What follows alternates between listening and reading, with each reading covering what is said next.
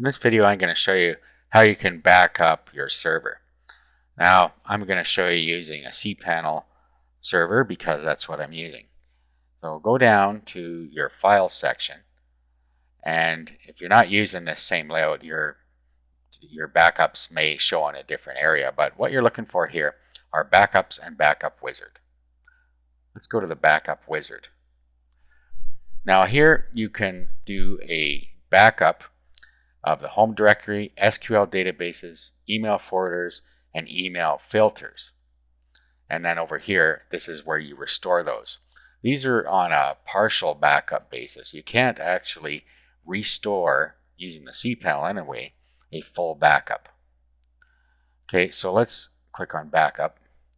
Now here is where you can decide whether you want to do a full backup or a partial backup. If you're going to do a partial backup, this is where you do it. You got your home directory. It'll back up everything in the home directory. There's SQL databases and your email forwarder. So you can create a backup of each of these. Or over here, you can do a full backup. So if you click on full backup, it comes up here and it asks you where you want the full backup to go. You have your home directory, so it'll back it up onto your server's home directory. You can send it to a remote FTP server. You have an FTP server out there, and you can download a secure copy. Now again, this is only really for if you're going to be moving it to another server, because you can't do it through this interface. Now if you're comfortable with it, you can download this file, expand it on your desktop in the zip format, and then you'll be able to restore things on a manual basis using an FTP program. It's a little out of our scope here. So what we're going to do, we're going to go select a partial backup. So let's do home directory. And then we can download a home directory backup.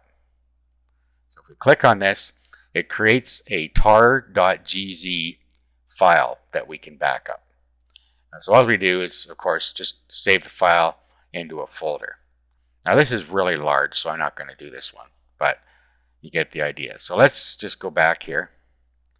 Let's do a MySQL databases. These are the databases here.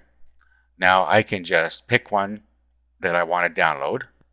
So let's assume I want to download this first one. So all I'll do is click on it, and then here it is in .gz format. Now what I can do is download it to my computer, to my desktop here, wherever I want. I have a backup folder I've already created, so I'll just save it here. And that's it. So I just go through and back up each of my databases that I wanted to back up. If you have email forwarders and filters, you can download those here. So that's how you can download a partial backup.